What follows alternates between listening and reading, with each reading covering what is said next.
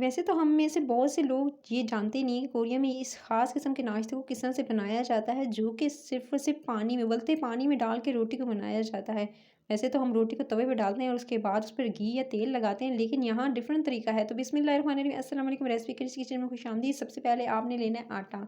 Normal घर का आटा जो गंदम का आप यूज़ करते हैं वो ले लीजिएगा 1 कप भरकर। उसके अंदर आधा चाय का चम्मच, छोटा चाय का चम्मच, हाफ़ टी स्पून आप या 1 टीस्पून जितना आप नमक ऐड करना चाहें आपने ऐड कर देना है इसके अंदर। और उस आटे के साथ ही थोड़ा-सा आपने पानी ऐड करना है।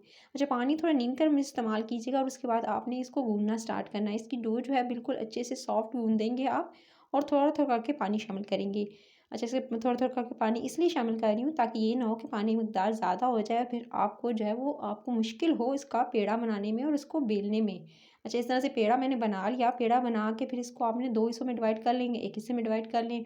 उसके बाद आपने क्या करना है, सिंपली इस तरह से इसको 1 से 2 मिनट जो है वो अच्छे से गूँथने के बाद रेस्ट देना है और उसके बाद इसके पेड़े बनाने हैं। पेड़े बना के इसे 5 मिनट के लिए रेस्ट पे रख दीजिएगा और उसके बाद ताकि बेलने में आसानी हो, उसके बाद आपने नॉर्मली क्या करना है, इस तरह से पेड़े बनाने हैं। रफली पहले पेड़े बना लेंगे और उसके बाद उसको रेस्ट पे रख के उसको बेल लेना है। नॉर्मल जिस तरह से रोटी को बेला जाता है, कुछ इस तरह से आपने रोटी को बेल लेना है। ये देख सकते हैं इस तरह से मैंने बारीक सी बिल्कुल जो है वो इस तरह से रोटी बेल ली है। रोटी जो है वो इंस्टेंट इसलिए दिखाई कि ताकि जो है वो, क्योंकि हर घर में रोटी बनती है और इसी तरह से बेली जाती है, इस तरह से गोल सी चपाती आपने बेल लेनी है। उसके बाद गर्म करना है पानी और सही खोलते हुए पानी के अंदर आपने इस रोटी को डाल देना है। बारीक होनी चाहिए, बिल्कुल बारीक आप बनाएँगे। उसके बाद इसको 5 से 10 मिनट बिल्कुल छेड़ना नहीं है, यानी बिल्कुल आपने हाथ नहीं लगाना। 5-10 मिनट में ये बिल्कुल डन हो जाएगी, पक जाएगी, यानी बिल्कुल बॉयल होकर। और देखिए बिखरी बिल्कुल भी नहीं है। अच्छे से आपने जो है इस 5-10 मिनट के बाद इसको निकाल लेना है, पानी निकाल दीजिएगा और इस तरह से इसको जो आपने किसी प्लेट वगैरह में शिफ्ट कर लें। ये देखते हैं, फिर इसको फ़ोल्ड करना है आपने, कुछ इस तरह से फ़ोल्ड कर लीजिएगा। फ़ोल्ड कर लेने के बाद फिर इसकी कटिंग स्टार्ट करनी है आपने। इस तरह से फ़ोल्ड करके आप कटिंग करेंगे तो ईज़ी हो जाएगा। फिर आप इस तरह से इसको बारीक-बारीक स्ट्रिप्स में काट लीजिएगा। कुछ नाइफ़ की मदद से कुछ इस तरह से बारीक-बारीक स्ट्रिप्स में आप इसे काट लेंगे, ये देख सकते हैं। और ये इतनी अच्छे से आप याद रहे कि इसमें पानी है वो बिल्कुल निकाल कर ड्राई कर लेनी है आपने। और उसके बाद जो है वो ईज़िली जो है वो इसको आप कट कर सकते हैं, जिस तरह से मैं काट रही हूँ इतने पतले-पतले स्ट्रिप्स में। अच्छा, थोड़ी-सी मैंने मोटाई रखी है, थोड़ी थिक रखी है इसको कटिंग में। अगर आप चाहें तो इसे बारीक और ज़्यादा बारीक स्ट्रिप्स में आप इसे काट सकते हैं। जिस तरह कि मैं काट रही हूँ इस तरह भी साइज़ रख सकते हैं, या बारीक इससे ज़्यादा बारीक रखना चाहते हैं तो इसे बारीक भी कट कर सकते हैं। इस तरह से मैंने जो है पूरी की पूरी जितनी भी ब्रेड थी, ये जो रोटी थी, इसको मैंने इस तरह से कट कर लिया है। ये देख सकते हैं इस तरह से मैंने थोड़ा मोटा-मोटा, थोड़ा-सा जो है मोटाई इसकी ज़्यादा रखी है। आपको मैंने ऑप्शन दे दिया, पतला भी कर सकते हैं। इस तरह से आपने इसे कट कर लेना है।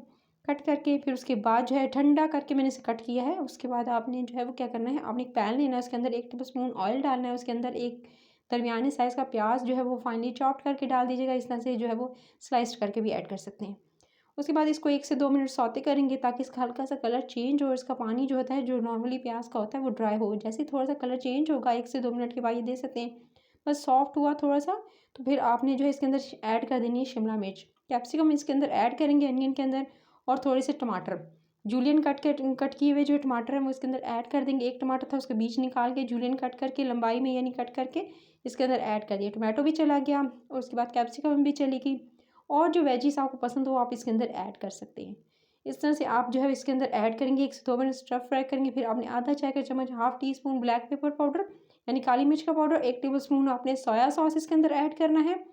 साथ में आपने 1 टेबलस्पून इसके अंदर जो है बारबेक्यू सॉस है। बारबेक्यू सॉस का इस्तेमाल है वो ज़्यादा भर के में नहीं कीजिएगा, नहीं तो बहुत ज़्यादा इसका टेस्ट में डिफ़रेंस आ जाएगा। सो आप जो है तकरीबन लेवल जो है वो आप टेबलस्पून जो नॉर्मल खाने का होता है वो इसके अंदर ऐड कर दीजिएगा। और जो उसके बाद आप चाहें तो इसके अंदर जो थोड़ा-सा जो है वो आप सिरका भी ऐड कर सकते हैं। उसके बाद आपने जो है इसके अंदर हाफ़ टी स्पून कुटी हुई लाल मिर्च, चिली फ्लेक्स ऐड कर देनी है। और उसके बाद आपने इसको 1 से 2 मिनट मज़ीद स्टर फ्राई करना है। थोड़ी-सी सब्जियाँ जैसे सॉफ्ट होंगी, मैंने थोड़ी-सी जो है वो गाजर भी कट करके डाल दी इसके अंदर, कैरेट भी चली गई, उसको भी जूलियन कट कर लिया था लंबाई में। तो जी सब्जियाँ सारी की सारी चली गईं। और उसके बाद आपने सब्जियों को बस 1 से 2 मिनट जो है इसको, जैसे इसका हल्का-सा पानी ड्राई हुआ, सब्जियाँ थोड़ी-सी डन हुई, मैंने इसके अंदर शामिल कर दी जो आपने अभी कट करके आपने ब्रेड को रखा था, चपाती को रखा था, रोटी को रखा था।